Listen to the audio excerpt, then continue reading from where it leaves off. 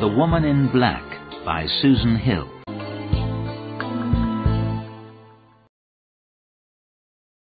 Chapter 1. Christmas Eve. My name is Arthur Kipps. When I was a young man, I worked in London. I was a solicitor. I worked for the same company all my life. 14 years ago, I bought this house called Monk's Peace. I live here with my dear wife, Esme. Esme's first husband had died. She was a widow when I married her. I became the father of her 4 young children. Our years at Monk's Peace have been happy ones. It was Christmas Eve. All the family were at Monk's Peace for the holiday. We were all sitting by the big fire at the end of the day. I was in my armchair, listening to the laughter and the talking. "Wake up, Father!" someone called. "We're going to tell ghost stories." The lights were turned off. Suddenly the room was dark and shadowy. I smiled as I listened to the young people's stories. The stories were full of horror, but they did not frighten me. They were not true. Then I remembered. I remembered terrible things. These memories were terrible because they were true. "Tell us a ghost story, Father," someone cried. "You must know one story." I stood up, cold and shaking. "No, no," I shouted. "I have no story to tell."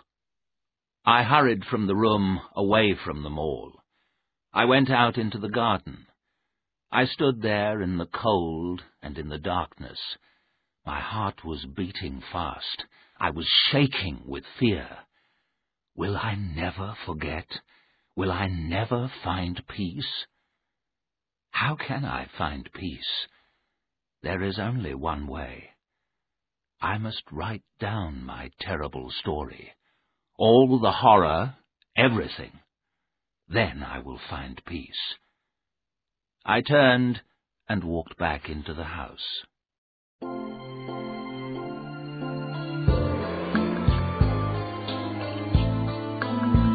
Chapter 2. London Fog. My story begins in November many years ago. I was a young man of 23. I worked for a solicitor called Mr. Bentley. Sometimes the work was uninteresting, but I worked hard. I wanted to do well. That November morning, the weather was cold. A thick yellow fog covered London. The fog filled people's ears and eyes. It got into houses, shops, and offices. Mr. Bentley called me into his office. "Sit down, Arthur, sit down," Mr. Bentley said. He pointed to a paper on his desk. "This is the will of Mrs. Drablow, Mrs. Alice Drablow of Eel Marsh House in Yorkshire. A strange old lady and a strange house. Have you ever been to Yorkshire, Arthur?" "No, sir." "Well, my boy, go home and pack your bag. Mrs. Drablow is dead. She has no relatives in England, and we are her solicitors. I want you to go to the funeral." Mr. Bentley saw that I was surprised. "I can't go myself," Mr. Bentley said quickly.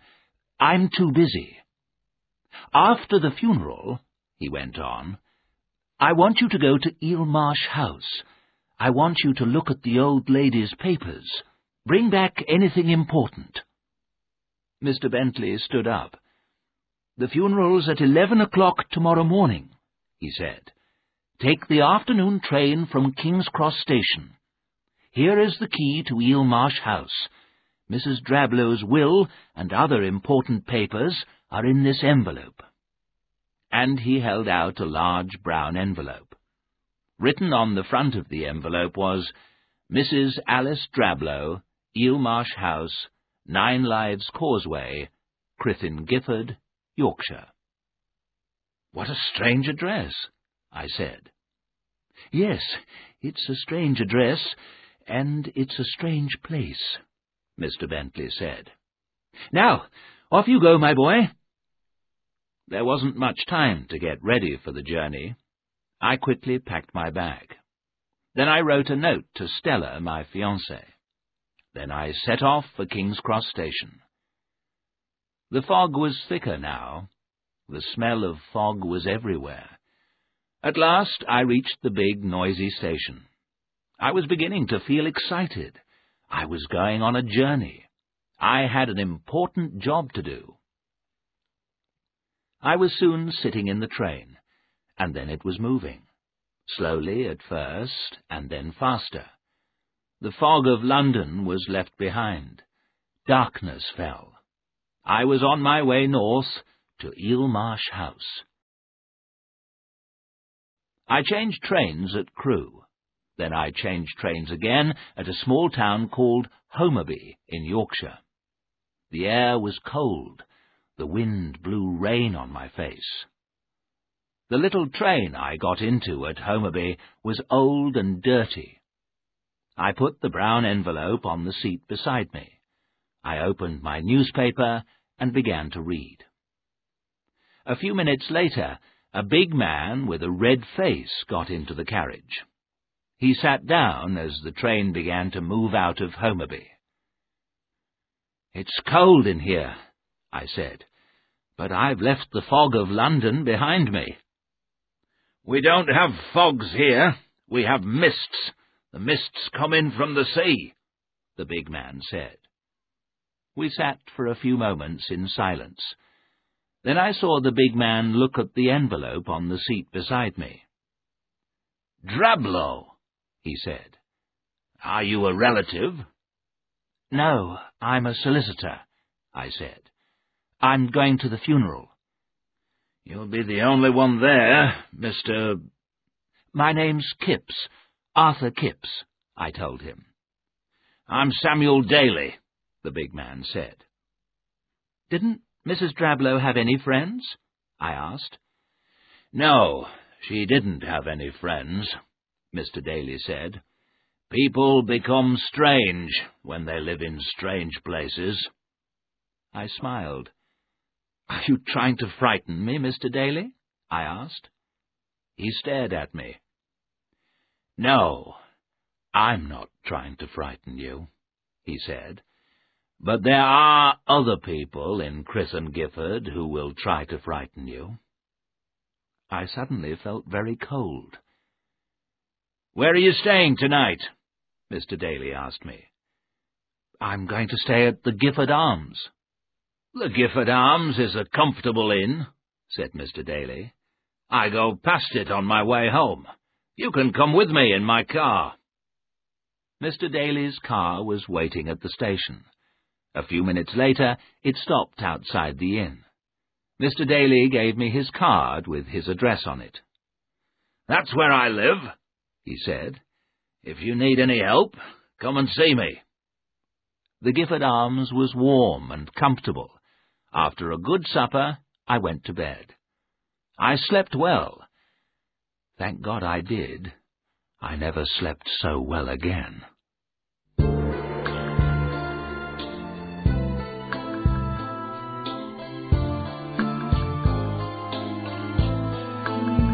Chapter 3. The Funeral of Mrs. Drablow. The next morning was bright and sunny. I ate a good breakfast. Then I walked round the little town of Crithon Gifford. It was market day. The little town was busy. Farmers were buying and selling animals in the market square.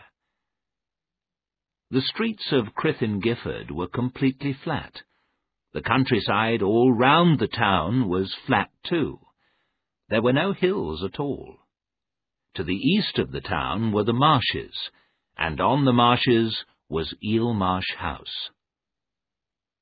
I walked back to the inn and got ready for the funeral. I put on a dark suit and went downstairs again. Mr. Jerome was waiting for me downstairs. Mr. Jerome was Mrs. Dablow's agent. He looked after her house and land. Mr. Jerome was a small man dressed in black. He smiled politely, and we left the inn. As we walked through the square, people stared at us. They stopped talking. No one smiled.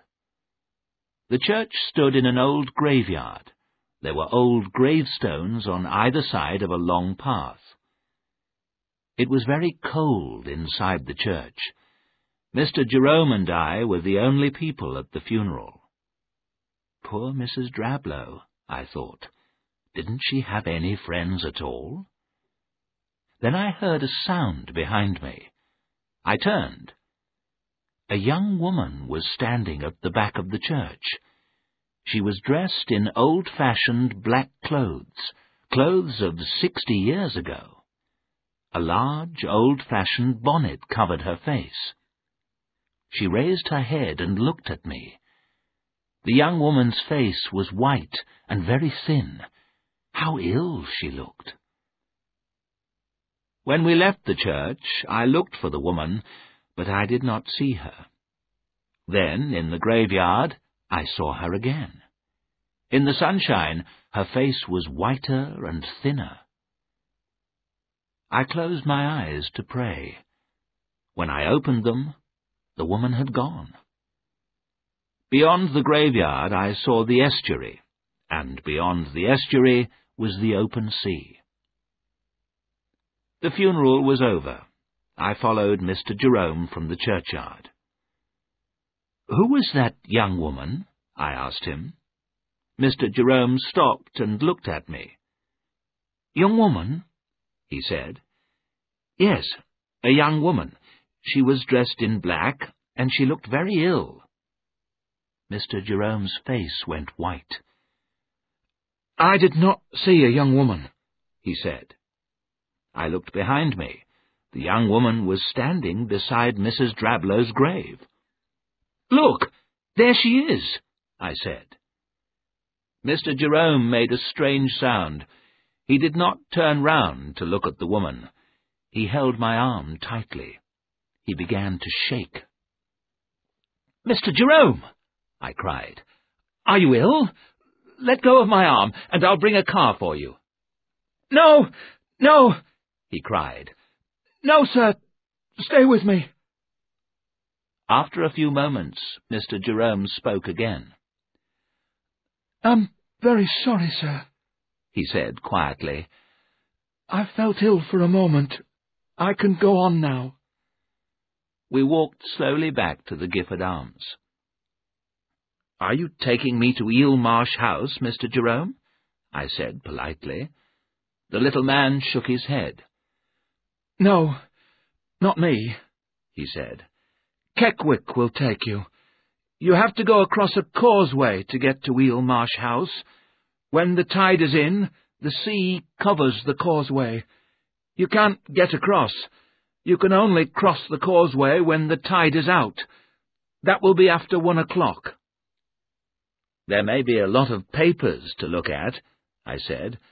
"I may stay in Eel Marsh House tonight." "You will find the inn more comfortable," Mr. Jerome said quietly. "Perhaps you are right," I said. The lunch at the Gifford Arms was a good one, and I ate well. At 1:30, I was waiting outside the inn. The key to Eel Marsh House was in my pocket. I listened for the sound of Keckwick's car.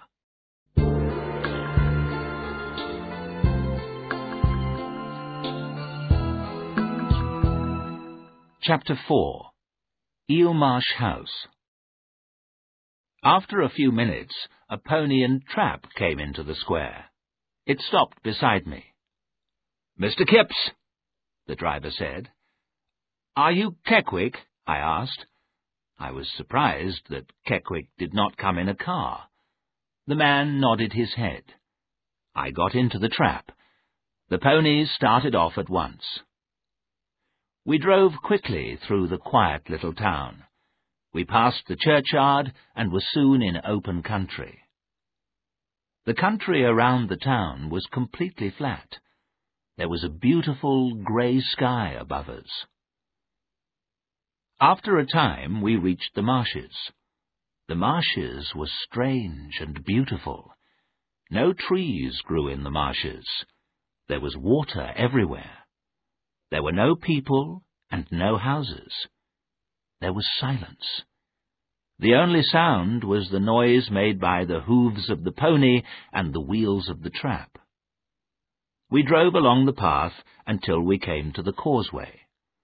The long causeway went across the estuary. The sandy causeway was not much higher than the water on each side. This is 9 Lives Causeway, I thought. At high tide, the water will completely cover it. The bright winter sun shone in my eyes. I shut them for a moment. When I opened my eyes, we were near the end of the causeway. In front of us was a tall grey house. It stood alone, looking over the marshes and the water of the estuary. The lonely house was on a little island. This was Eel Marsh House. The trap stopped in front of the house. For a few moments I did not move. What a strange, lonely place! But the place was so beautiful that I did not feel afraid. I got out of the trap. "When will the water cover the causeway again?" "In 2 hours," Keckwick answered. I did not want to leave so soon. I wanted more time in this beautiful place. 2 hours won't be enough time for me to do my work here, I said. I'll come back here again tomorrow. I'll bring food and drink with me and stay for a day or 2. But now that I'm here, I'll have a look round the house. What are you going to do? Will you wait here or come back for me later? Keckwick did not answer. He turned the pony and trap round and drove off.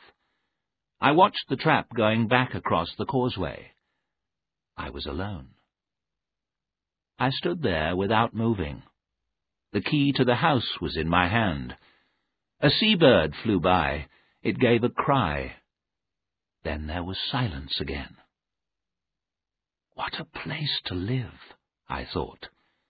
Perhaps one day Stella and I will stay here. I wanted to be with her in this beautiful place. There was a field behind the house. It went from the house to the water. The setting sun made the water red. The wind from the sea was getting colder. At the end of the field, I saw a little church.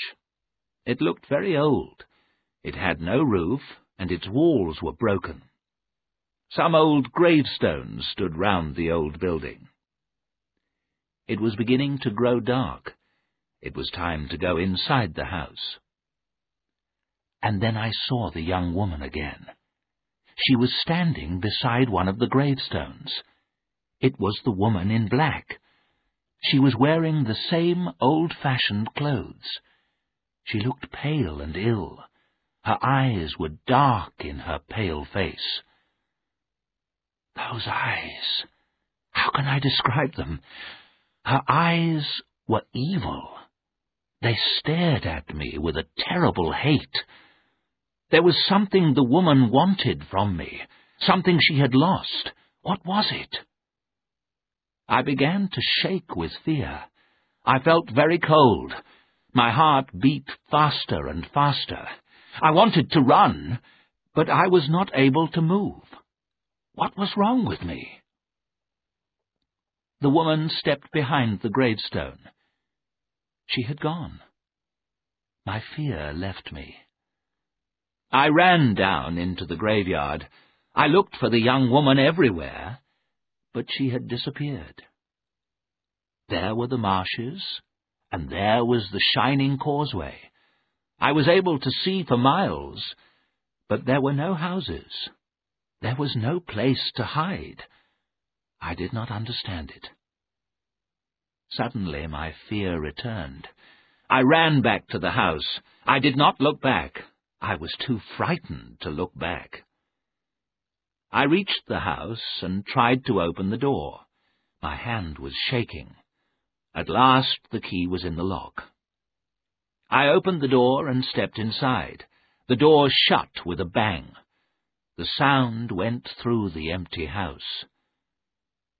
What had happened to me? Who was the woman in black? I did not believe in ghosts, but I had seen one. A ghost that was evil and terrible. But I was inside the house now. I was safe. I smiled. I did not believe in ghosts. I had work to do, and I wanted to do it well. I must forget the woman in black. I looked around. I was standing in a dark hallway.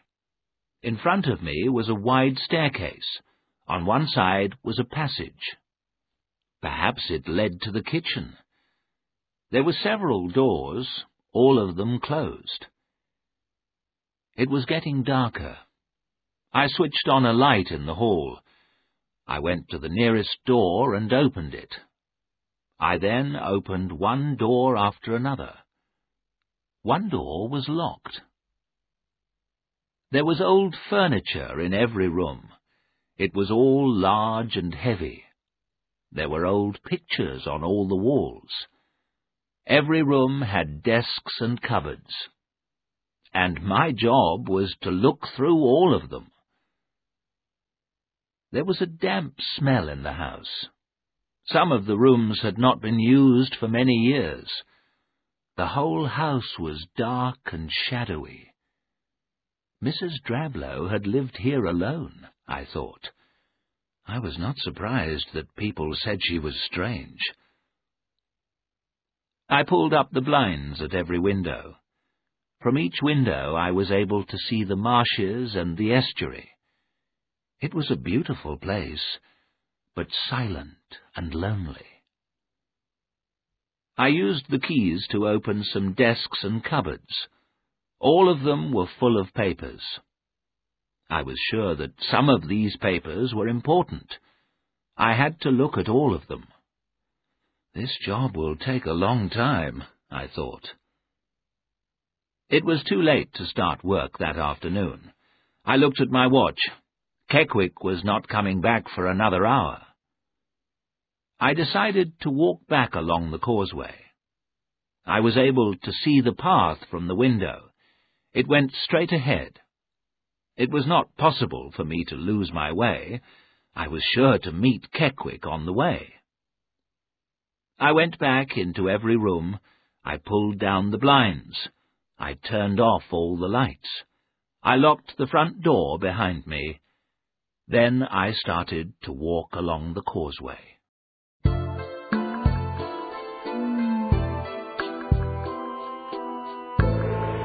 Chapter 5. The Cry of a Child. Outside the house, everything was quiet. I looked back once, but I did not see the woman in black. The causeway was dry, but the tide was coming in. The water on either side of the causeway was higher now. As I walked on, I felt very alone. The path over the causeway seemed longer, too. I walked faster. The sky and the water were beautiful in the grey light. Then I saw the sea mist. The sea mist was moving quickly over the marshes. In a few moments, the sea mist covered everything. It was a damp, white mist. It was very different from the yellow fog of London. The mist moved about in front of my eyes. Soon my hair and clothes were wet. Now I saw only a short way in front of me. I looked back. I was not able to see Eelmarsh House. It had completely disappeared in the mist. I walked on very slowly, then I stopped. If I went on, I might walk off the causeway into the deep mud. I decided to go back. But going back was difficult too. The mist was moving all round me. Where was the house? Was I going the right way? I felt very afraid. and then I heard the pony and trap. Thank God! Keckwick was coming back for me. I stopped and waited. But now the sounds of the pony and trap were going away from me. Now the sound was coming from somewhere on the marshes. What was wrong? Had Keckwick gone off the path? I stood very still. For a moment there was complete silence. Suddenly a pony shrieked with fear. Then I heard a sound I shall never forget. The terrible cry of a child in fear of death. And now the trap was sinking. There was a strange sucking sound. The trap was going down under the mud, and still the child cried out. There was nothing I could do. I shouted, but no one answered. How could I find the trap in that terrible mist? It was impossible. I had to get back to the house. If I turned on all the lights, someone might see them. Someone might help. It was dark now. The mist was thicker, too. I heard the sea-water moving nearer. At last I was standing on hard ground in front of the house. I found the front door and opened it. Behind me, the marshes were silent. I sat down on the nearest chair. I began to shake. Oh, the horror of that terrible cry! That poor child dying in the marshes! I began crying and was not able to stop. After a time, I made myself stand up. I walked into every room and turned on the lights. I found some brandy in a cupboard. I drank some, and my fear turned to anger. Why had Mr. Bentley sent me here? Why had I left London? I walked in and out of the rooms. I wanted only one thing. I wanted to get away from this terrible place. I walked slowly along a passage on the second floor. The door at the end was locked. I kicked the door angrily, but it did not open. I turned away and walked back. As I went, I looked through every window. The white sea mist was all around the house. I could see nothing. I drank some more brandy. The brandy helped me to forget that terrible sound of the child crying. At last, I fell asleep. A bell was ringing. It rang again and again. I opened my eyes slowly. I looked through the window. The moon shone white in the black sky. How long had I been asleep? I did not know. The bell rang again. Then I remembered with horror the sound I had heard. I remembered the screams of the child. I remembered the shrieks of the pony. I remembered the noise of the trap as it sank down in the mud. Had I heard those noises? Had I dreamt them? I did not know. The bell rang again. Someone was at the door. Who was there? All the lights in the house were on. People had seen the lights and come to help me. I got up slowly and walked to the door. There was only one man at the door. It was Keckwick, and behind him was his pony and trap. They were real, and they were not harmed at all. "I had to wait till the mist cleared," said Keckwick. "And when the mist cleared, the tide was in. I had to wait until the tide went out and the water left the causeway." Then I looked at my watch and saw the time. It was 2 o'clock in the morning.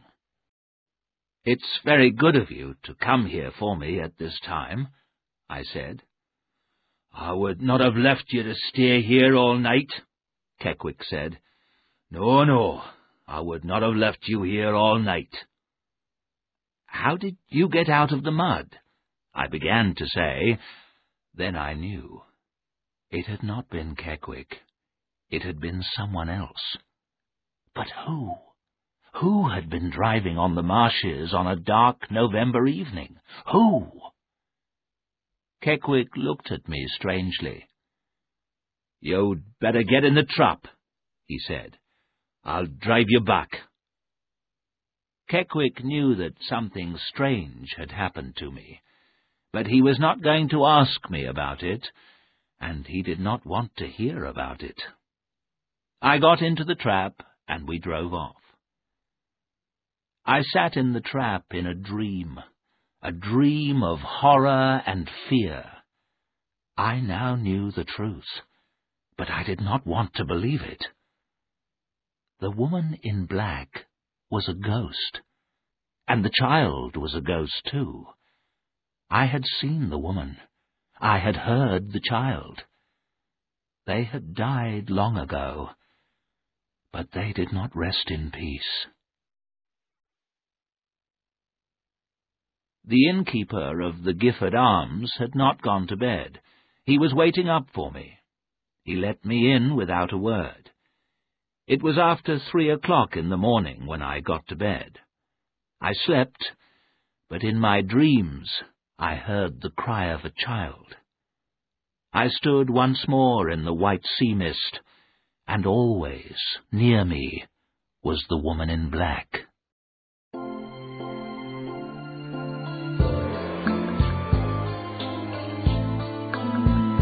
Chapter 6. I Go Back. When I woke, the sun was shining. At first I felt weak and ill, but after a bath and breakfast I felt better. I was not going to run away. I had a job to do. I was afraid. I had seen and heard terrible things. But I was a young man, and young men forget easily. I was going back to Eelmarsh House. I was going to look at Mrs. Drablow's papers. But not today, and not alone. I wanted some exercise. I told the innkeeper I was going for a long walk.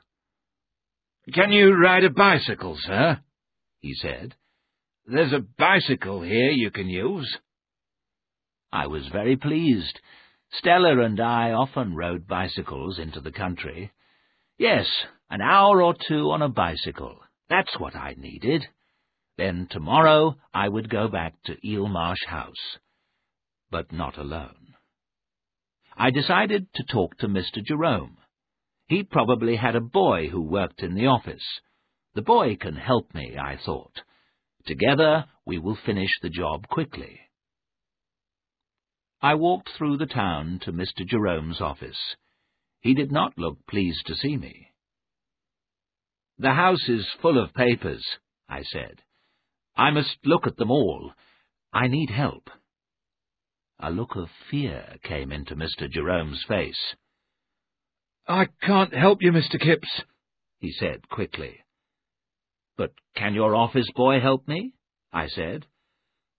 "I don't have an office boy," Jerome answered. "Well, any other boy in the town," I said. "I'll pay him, of course." Mr. Jerome stood up. His face was white. "You will find no one to help you! No one!" he shouted. "I think I understand you, Mr. Jerome," I said. "No one in this town will stay at Eelmarsh House. Everyone is too afraid of seeing—" I stopped. "The woman in black?" Mr. Jerome said. "Yes," I answered. "I saw her again." "Where?" he whispered. "In the graveyard behind Eelmarsh House. But she's not going to stop me, whoever she is, or was." I laughed. My laugh did not sound true. "I must be brave, Mr. Jerome," I added. I'm not going to run away." "That's what I said," the little man replied very quietly. I did not understand him. "Well, I'll go back alone," I said. "Perhaps I'll not see the woman again." "I pray that you do not," Mr. Jerome said slowly. "I pray that you do not." I went back to the inn. I wrote a letter to Mr. Bentley. I told him I wanted to stay for a few days. I said nothing about the woman in black. Then I took the bicycle and rode off. The weather was perfect for cycling. The wind was cold, but the air was bright and clear. I decided to ride west, away from the marshes. I was going to ride to the next village and have lunch there. At the end of the town, I looked to the east. I was looking back to the water of the marshes. The marshes were pulling me back. I knew I had to go back to them. But not now. Not today. Taking a deep breath, I turned my bicycle. My back was to the marshes now. I cycled away from the marshes along the country road.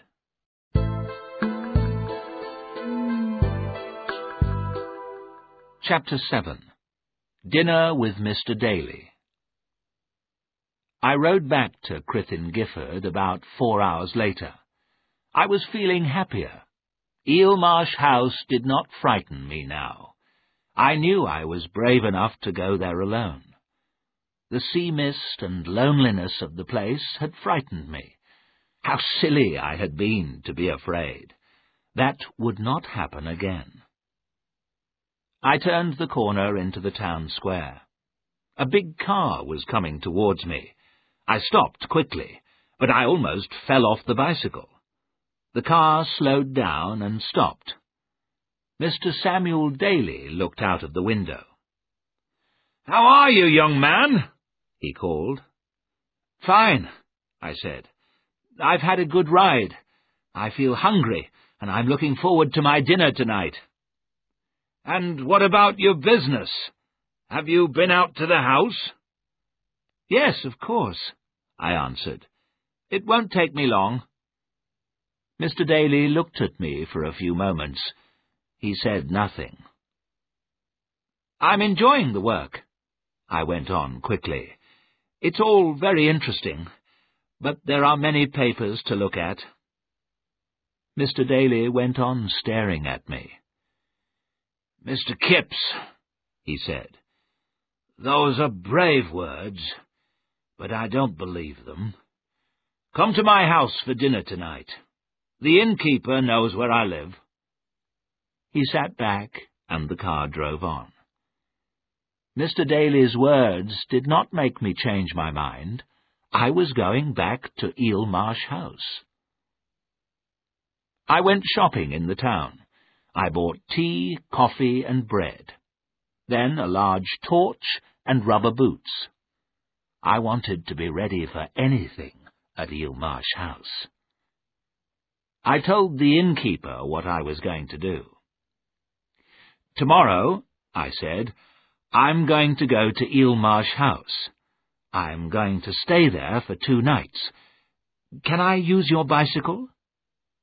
The innkeeper nodded. He said nothing, but he looked at me sadly. In the evening I cycled out to the Daly's house. It was a very large house. Mr. Daly was clearly a rich man. Mr. Daly and his wife gave me a friendly welcome. The food and drink were very good. All through dinner, Samuel Daly talked about himself. He had worked hard all his life. Now he owned land and houses. I told him about Stella and our plans for the future. After dinner, Mrs. Daly left us. Until then, Mr. Daly had not spoken about Mrs. Drablow or Eelmarsh House. He filled my glass and his own with wine.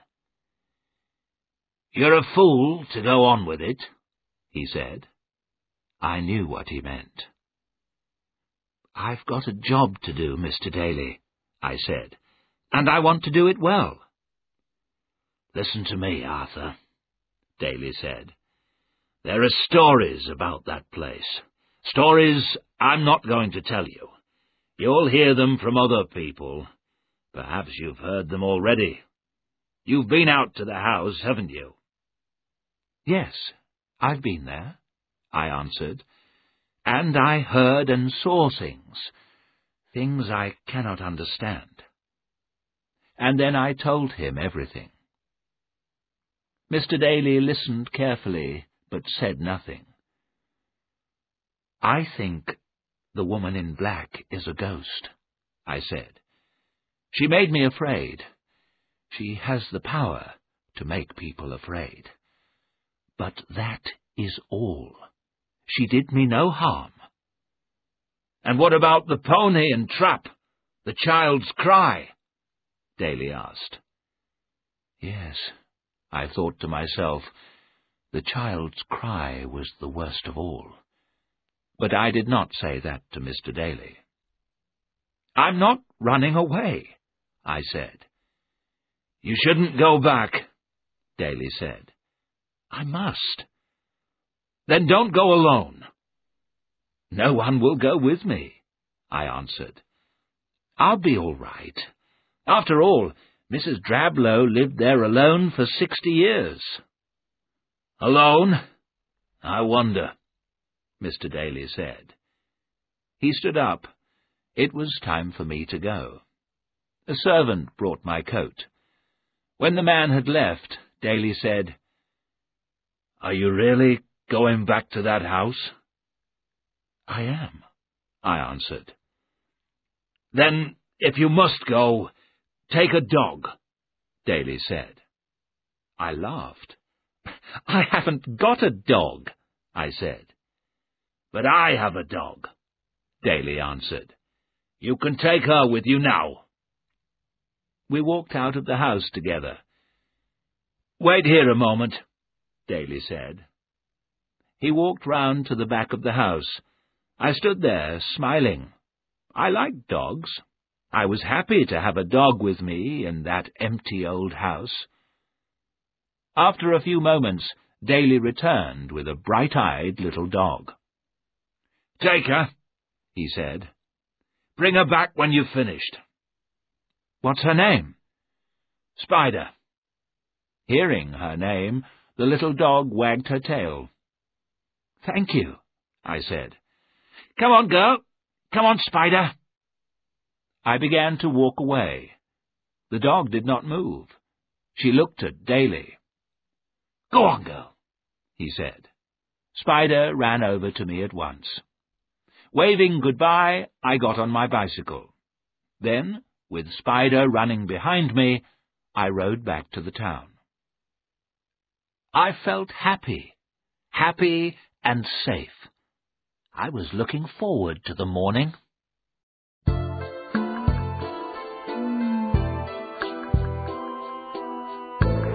Chapter 8. Sounds in the Night. Next day, the weather was good. At 9 o'clock, Mr. Bentley phoned from London. "I've received your letter," he said. "You can stay for a few days. Send me any papers that look important. Leave the other papers in the house. Don't stay too long." "I'll finish the work as quickly as I can," I answered. "It's a strange old house," I added. "Mrs. Drablow was a strange old woman," Mr. Bentley said, and he put the phone down. By 9:30 I was ready. There was a basket on the front of the bicycle. I put everything in the basket. I cycled off happily. The little dog, Spider, ran along behind me. The tide was coming in. Very soon it would cover the causeway. But that did not worry me. The air was clear. The sun was shining on the water. Seabirds were flying and calling over the estuary. I was soon at Eelmarsh House. I opened the windows. I lit fires in several rooms. Then I sat down at a big desk. The desk was in front of a window. I could see the sky, the marshes, and the water. I started work. The desk was full of papers. Most of them I threw away, but I kept a few to look at later. I opened a cupboard, and then another. Papers. More and more papers. I looked at everything carefully. I worked hard all the morning. At 2 o'clock I had some lunch. Then I called Spider, and we went outside. I walked down to the old graveyard. Spider ran up and down. She was happy too. I tried to read the words on the gravestones, but they were too old. Most of the words were difficult to read. The writing on one stone was a little clearer. Some letters were worn away, but I could read most of the words. 2 people were buried here. I wondered who they had been. I looked around me. It was a sad place, but I did not feel afraid. The air was colder now. I went back to the house, and Spider followed me. I was soon back at my desk again. I read paper after paper, but there was nothing important. I made myself a cup of tea. I went on working. When it was dark, I closed the curtains. I turned on every light in the house. I put more coal on the fire. I brought papers from other rooms. Papers! So many papers! Mrs. Drablow had thrown nothing away in 60 years. It was getting late, but I went on working. I'll be finished in a day and a half, I thought to myself. Then I'll return to London and my dear Stella. At last I was too tired to go on. I took a book to read in bed. Then, taking Spider with me, I went upstairs. I was going to sleep in a bedroom at the back of the house. I read for about half an hour, then I turned out the light. Spider was already asleep near the bed. Some time later I woke up. The moonlight was shining into the room. Why was I awake? What had happened? I sat up, and then I saw Spider. The little dog was standing at the door. She was staring at the door, listening. The little dog was terrified, and so was I. I listened too. Yes, I could hear something. The sound came from somewhere inside the house. Bump, bump, bump. What was it? Spider looked at me, growled, and listened again. I got slowly out of bed. My heart was beating fast. I opened the bedroom door. The passage outside was dark and empty. Spider ran down the passage. I heard her sniffing at every closed door. I heard the sound again. Bump, bump, bump. It came from a passage on the left. Very slowly, I began to walk towards the sound. I opened the doors, one by one. Every room was dark and silent. There was a door at the end of the passage. Spider sniffed under this door. Her growling became louder. It was the door I had found locked on my first visit to the house. It was the only door I could not open. Yes, the sound came from behind this door. Bump, bump, bump. I had heard this sound long ago. I had heard it when I was a child. What was it? Spider howled. The frightened little dog pressed against my legs. We were both shaking with fear. And still the sound went on. Bump, bump, bump. I heard another sound. It came from behind me. It came from the front of the house. The bumping noise stopped. I turned away from the locked door. Slowly and carefully, I walked back to my bedroom. Everything was quiet. The second sound had come from inside the house. I was sure of that. I looked round the room. Perhaps the sound had come from outside. I looked out of the window. I saw nothing, no one. The marshes were silver and grey in the moonlight. Did I hear a cry? I listened again. No. I felt something warm against my leg. I bent down to stroke the little dog. She was quiet again. I listened. Everything was quiet. The house and the marshes were completely silent. After a time, I went back to the closed door. I turned the handle. The door did not open. I pushed my shoulder against the door. It did not move. There was no keyhole in the door. I could not see into the room. I went back to bed, but it was a long time before I fell asleep.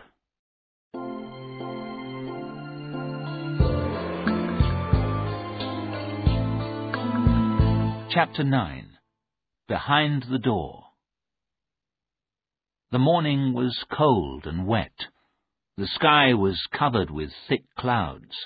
It was raining. I was very tired, but after breakfast I felt better. I went back to the locked door.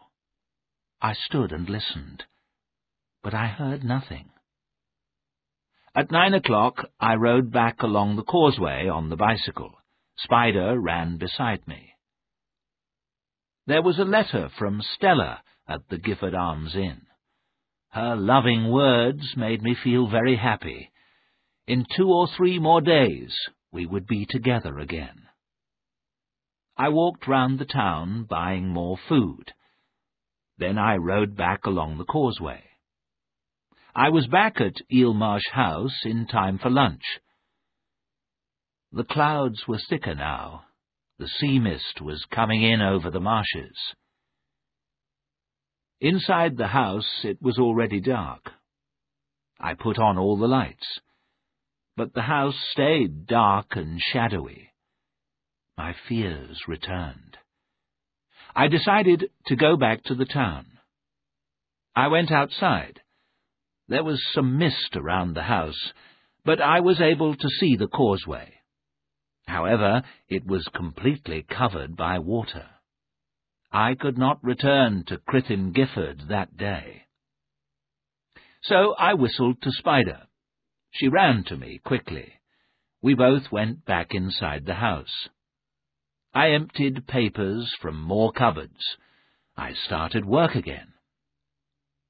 I worked hard for several hours. I found a packet of letters tied together. They looked interesting.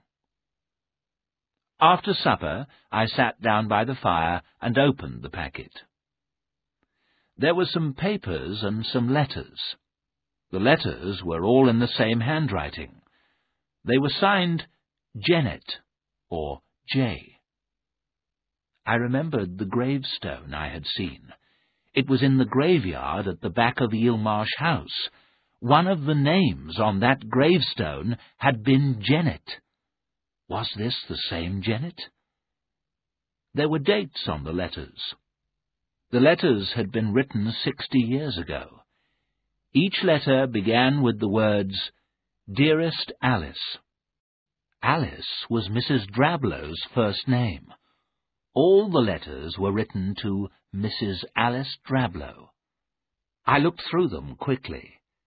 Janet was Mrs. Drablow's younger sister. I began to read the letters carefully. They were short and in simple language. They told a sad story. Janet was unmarried, but she was going to have a child. The child's father refused to marry Janet, and he left the country. Janet did not know what to do. Her family refused to help her. Then the child was born, a boy. For a few months there were no letters. Then Janet began writing again, and now her letters were full of anger. "The child is mine," Janet wrote. "I will never give him to strangers." But Janet was unmarried. She was poor, and she could not keep the child. At last she had to agree that Alice could take the boy. In her last letter, Janet wrote, "Love him, Alice. Love him as your own child. But remember, he is mine. Mine. He can never be yours. Forgive me. My heart is breaking." Poor Janet, I thought. What a sad story. I began to look at the other papers. The first one was from a solicitor's office. The paper was about a boy called Nathaniel. Nathaniel was the son of Janet Humphrey. Nathaniel had been adopted by Thomas and Alice Drablow of Eelmarsh House. Alice Drablow was Janet Humphrey's married sister. Nathaniel had been given the name Drablow. So the child, Nathaniel Drablow, had lived here, I thought, away from the mother who loved him. I thought for a few moments about Janet Humphrey and her sad life. Then I picked up the next paper. At that moment, Spider growled. The little dog was standing at the door.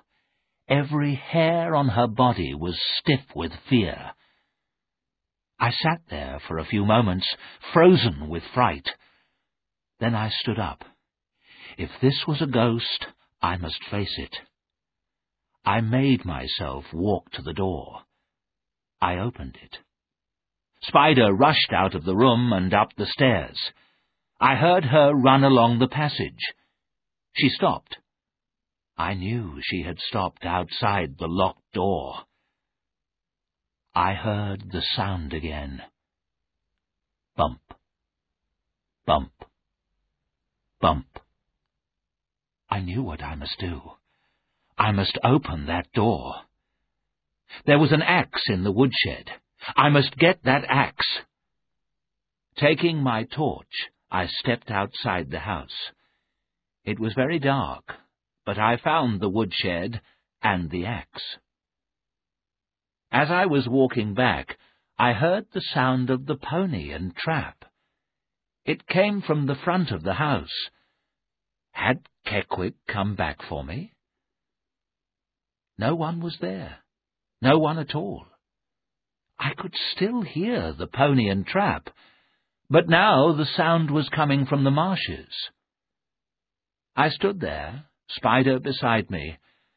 I was terribly afraid. Again, I heard the sounds of the water and the mud. I heard the pony shriek. I heard the child's awful cry. And then silence. I was shaking now. My mouth was dry with fear. I had heard these sounds before. The pony and child were not alive. I knew this. A pony and trap and all the people in it had sunk beneath the water. Spider began to howl and howl. I put down the axe and the torch and picked up the little dog. I carried her into the house. She was afraid, and so was I. After a few moments, the dog jumped out of my arms. She ran upstairs towards the locked door. I hurried outside, picked up the axe and torch, and followed her. The sound was louder now. When I reached the door, I saw why. The door of the locked room was open, wide open. I thought I was going to die of fear. The dog ran inside the room. The bumping sound went on, and now I remembered. I knew what the sound was. When I was a child, my mother had a rocking chair. Sometimes I couldn't sleep. Then my mother held me in her arms. She sat in the chair and rocked me backwards and forwards. Bump, bump, bump. That was the sound made by the rocking chair on the floor. I was no longer afraid. The sound meant peace and rest. There was evil in that room. I knew that. But it had gone away. Perhaps it was my happy thoughts. They had driven the evil away from that place. Holding the torch in front of me, I walked into the room. I pressed the light switch. Nothing happened. But my torch was powerful. I shone the bright torch round the room. The room had been a child's bedroom. There was a small bed in one corner. A tall rocking chair stood in front of the fireplace. The chair was rocking gently. But there was no one there. The room was empty. No one had passed me in the passage. There was no other door. I shone my torch at the window. It was shut. There were 2 wooden bars across it. The chair stopped moving. There was complete silence. The little room was clean and tidy. There were sheets and pillows on the bed. I opened a chest and a cupboard. They were both full of clothes. Clothes for a boy of 6 or 7. The clothes were beautifully made, but they were old-fashioned clothes, clothes of 60 years ago. The room was full of children's toys. They were neat and tidy. There was no dust on them at all. I saw toy soldiers and a sailing ship. There were games, paints and books, all things that little boys love. They had been here for 60 years, but everything was neat, tidy, and clean. There was nothing frightening in this room, only a feeling of sadness, a feeling of something lost. I felt sad, very sad. I went slowly out of the room. Spider followed, and I closed the door. I felt too tired to do any more work. I had a hot drink and went upstairs. The door to the child's bedroom was still closed. Everything was quiet. I went into my bedroom and closed the door.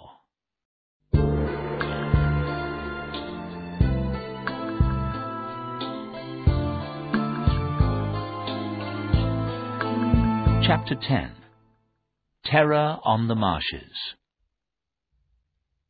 That night there was a very strong wind. It whistled and howled around the house. The windows shook. I slept, woke, and slept again. Then suddenly I was wide awake. I thought I heard a cry. The wind blew more loudly. Then I heard the cry again. It was the cry of a child, a cry for help, the cry of a child dying in the marshes. For how many years had the child cried out? "Rest in peace," I prayed. But that child could not. I could not sleep. I got up. I opened the bedroom door. Spider followed me into the passage. Suddenly, two things happened. Someone or something went past me. The wind howled louder than ever, and all the lights went out. I stood there in the darkness. I could not move. Who had gone by? Who was in the house with me? I had seen and heard nothing. But I was sure of one thing. Someone had gone along the passage to the child's bedroom. Someone dead for many years. A ghost. I had to have a light. I walked back carefully into my bedroom. I went slowly to the table near my bed. I found the torch and picked it up. But it slipped from my fingers. It fell and broke on the floor. Spider came close and touched my hand. As I held the little dog, the wind howled again. And once more, louder than the wind, I heard the child's cry. I could not sleep. I must have a light, I thought. I cannot stay here in the dark. Then I remembered. I had seen a candle in the child's bedroom. For a long time I did not move. There was something evil in the child's bedroom. But I had to go back to get that candle. I went down the passage slowly. I opened the door of the child's bedroom. Everything was quiet. I found the candle and picked it up. Now I was in the bedroom, I was not afraid. But I felt sad. I had a feeling of something lost, someone who had died. I had never had that feeling before. Why did I have it now? After a few minutes, I walked slowly out of the room. I closed the door. At once, the sadness left me. In my bedroom, I found some matches. I lit the candle. I opened my book and began to read. Some time later, I fell asleep. When I woke up again, the sky was light. It was morning. Spider was standing at the door.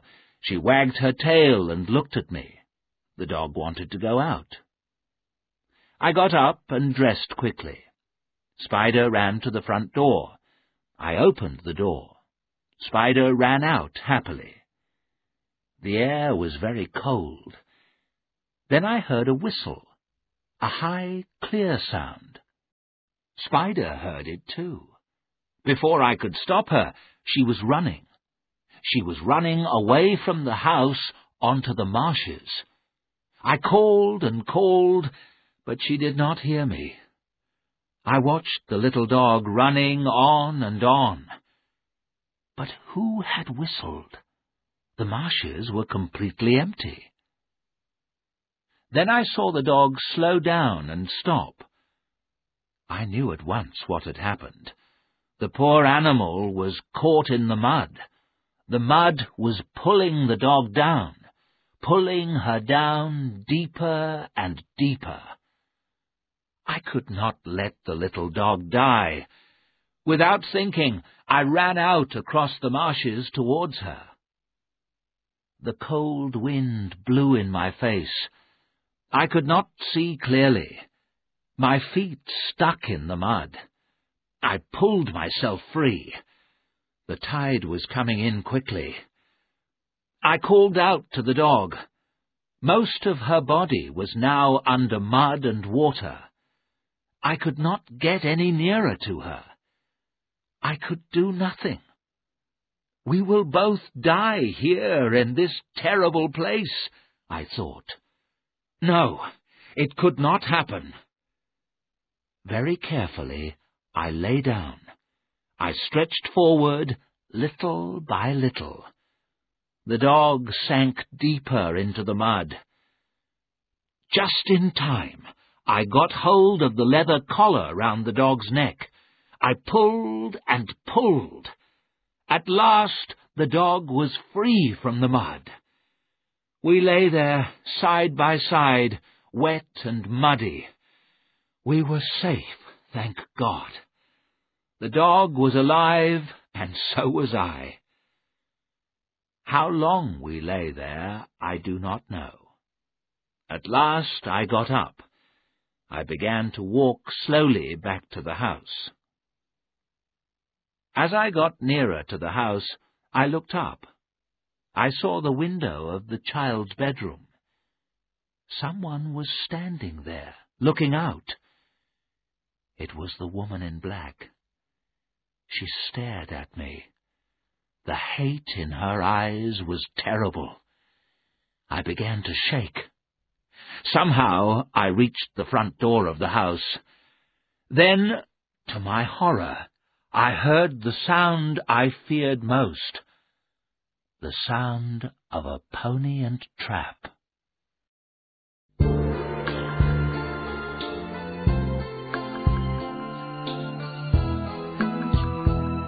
Chapter 11. I leave Eelmarsh House. The next thing I knew, I was lying on a couch in the sitting room. Mr. Daly was leaning over me. I tried to sit up, but I couldn't. I did not know what had happened to me. "The trap! The pony and trap!" I said. "Oh, that was me," Samuel Daly said with a smile. "I've come here in a pony and trap. It's safer than a car on that causeway. What's the matter? What did you think?" I've heard another," I said. "Keckwick, perhaps?" "No, not Keckwick," I said. "But why did you come?" "I was worried about you," said Daly. "It's a good thing I came. People have drowned in those marshes, you know." "Yes, I was nearly pulled under. And the dog." Then I remembered. "Spider!" I cried. "Where's Spider? Did she—" "She's safe," Daly said. "She's here." At the sound of her name, the little dog jumped up and wagged her tail. "Now I'm taking you home with me," said Daly. "You can't stay here." For a few moments I said nothing. I remembered what had happened to me. I knew that the woman in black was a ghost. But why was she here? I knew there was evil here, and sadness too. Why? I wanted to know. And I had to finish my work too. "Thank you, Mr. Daly," I said after a few moments. "I want to leave Eelmarsh House. But what about my work?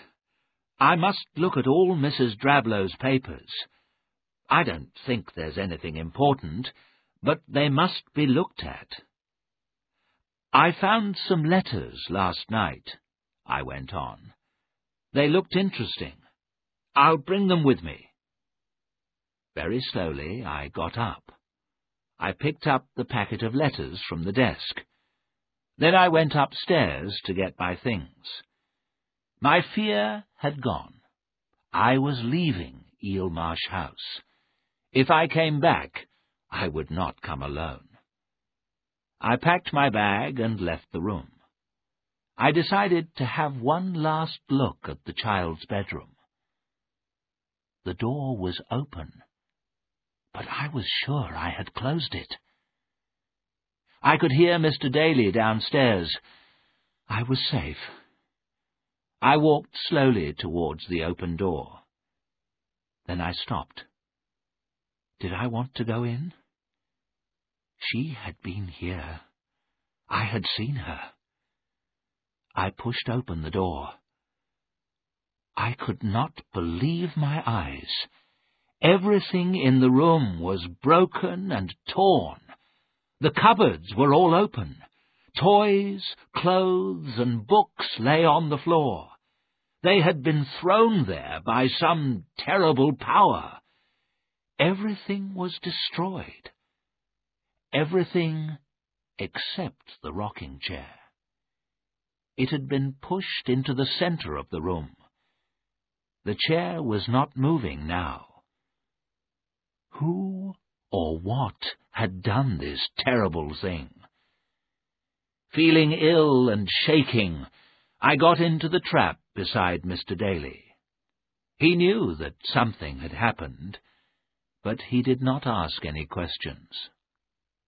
He put Spider on my knees. I held the dog tightly. Then we drove off away from the house across the Nine Lives Causeway. Everything was grey and quiet. There was no colour, no sound. I looked back at Eelmarsh House. No one was watching us. The house stood there, grey and terrible. As we crossed the estuary, I turned my eyes away. I did not want to see that terrible place again.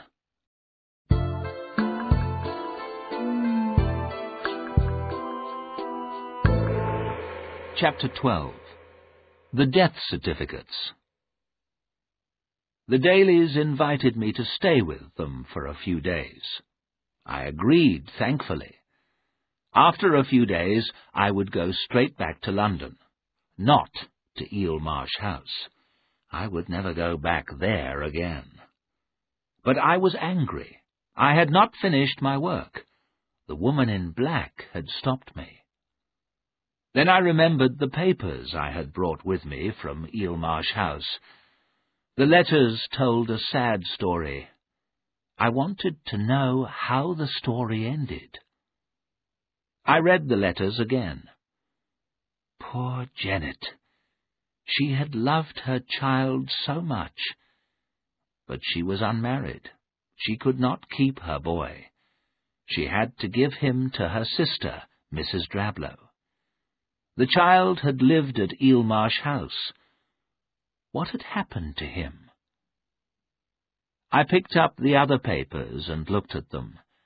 They were death certificates. The first was for a boy. Name, Nathaniel Drablow. Age, 6 years. Cause of death, drowning. I looked at the second certificate. Rosa Judd, nursemaid. Cause of death, drowning. On both certificates, the date of death was the same. I held the death certificates tightly in my hand. I felt myself grow cold. I got up and walked about the room. Then I looked at the last piece of paper. It was another death certificate. This time, the date was 12 years later. The certificate was for Janet Humphrey, unmarried, age 36 years, cause of death, heart failure. I sat down in my chair. One thing was clear. The woman in black was Janet Humphrey or her ghost. I did not believe in ghosts, but I had seen her. And now I knew something else. Long, long ago, a pony and trap had left the causeway. It had sunk down in the mud of the marshes. A child and a nursemaid had been drowned. Janet, the boy's mother, had died 12 years after her son. I knew where they were buried. They were buried in the old graveyard behind Eelmarsh House. Nathaniel had slept in that bedroom.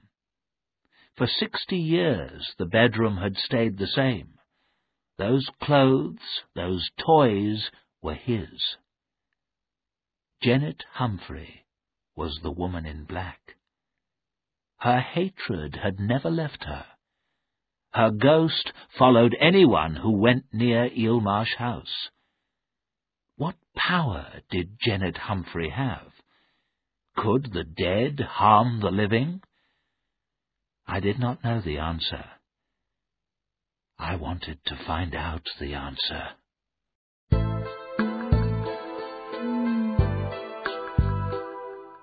Chapter 13. Nothing can happen now. That evening, after dinner, I had a long talk with Mr. Daly. Spider was asleep in front of the bright fire. Daly gave me a drink, and I began my story. I told him everything I had seen and heard. When I had finished, there was silence. My story was told. I was at peace. "Well, young man," Samuel Daly said at last, "you've had an unhappy time here." "Yes," I said, "but it's finished. Those things can't harm me now, can they?" Daly said nothing, but he looked unhappy. "Nothing can happen now," I said with a smile. "I'm never going back there. All is well." Daly said nothing. I began to feel worried. "Can there be anything else?" I asked. "Nothing will harm me now, will it?" "Not you, perhaps," Daly said slowly. "You can leave, but the rest of us must stay here. We have to live with it." "With what? Live with what?" I asked. "This town has lived in fear for a long time," Daly said. "For more than 50 years. Terrible things have happened, but people don't talk about them." My heart beat faster. I did not want to know any more, but Mr. Daly went on talking. "You know most of the story, but not all of it," he said. "Janet Humphrey sent her boy to Eelmarsh House, to her sister, Mrs. Drablow. At first, Janet went away to another part of the country, but she had to be near her son. She came back to Crithyn. She got work in the town, but Alice Drablow refused to see her. She refused to let Janet see the child. Janet's anger was terrible. So Alice Drablow allowed her to visit the house, but she must never tell the boy who she was. But the boy looked like his mother, and he loved her. He loved his mother more than Alice Drablow. Janet wanted her son back. She planned to take him away from Eelmarsh House. Then the accident happened. The sea mist came down suddenly. The boy and the nursemaid were drowned. The driver of the trap, too. He was Keckwick's father. And the boy's little dog. They were all drowned, Daly said. "All drowned," I said slowly. "Yes, and Janet saw everything. She saw everything from the bedroom window." "Oh, my God," I said quietly. "Janet Humphrey began to go mad," Samuel Daly said. "She was mad with sorrow and anger. She said her sister had killed her son. Then poor Janet became ill. She became thin and pale. Children were frightened of her. When she died, people began to see her ghost. There is something more terrible. Each time she is seen, something else happens." "What?" I asked. "A child has died, either by illness or in a terrible accident." "Any child? A child in the town?" "Any child," said Daly. "Once it was Jerome's child. "You may find this hard to believe, Arthur," Daly added, "but it is true." I looked into his eyes.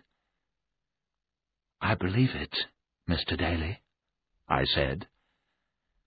"I believe it."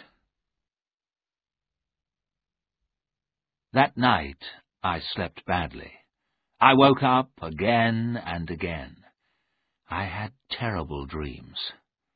When morning came, I felt weak and ill. I was very ill for 5 days. In my illness, I had terrible dreams. In my dreams, the woman in black pushed her terrible face near mine. She sat on my bed, watching. I heard the cry of her dying child again and again. I heard the bump of the rocking chair. Slowly, I got better. At the end of 12 days, I was well again. It was a day of winter sunshine. I was sitting downstairs by the open window. Spider lay at my feet. A bird was singing in the garden. I listened to it with peace in my heart. I heard the sound of a car and voices. I heard footsteps. The door behind me opened. "Arthur," a voice said quietly. It was a voice I knew. I turned quickly. My dear Stella was walking towards me. She had come to take me home. The next morning, Stella and I left together. We did not go back into the town. We went straight to the railway station in Mr. Daly's car. The Dalys had looked after me well. I was sad to say goodbye to them. They agreed to visit us in London. And I was sad to say goodbye to Spider. There was a question I had to ask Mr. Daly. I waited until Stella was saying goodbye to Mrs. Daly. "There is something I must know," I said to Mr. Daly. "You told me that a child always died." "Yes, always." "Then has a child?" "No, nothing has happened," Daly said. "A child hasn't died. Yet." "Then pray God the woman in black has gone forever," I said. "Pray God her power is at an end." Yes, Daly said. "We all hope that." I began to feel sorry for poor Janet Humphrey. She had lost her son. Her sorrow and anger had made her mad. Now Mrs. Drablow was dead. Eelmarsh House was empty. Wasn't that the end? Could Janet Humphrey rest in peace now? The train was waiting. I said goodbye to the Dalys. Thank God, my business in Crithin Gifford was finished.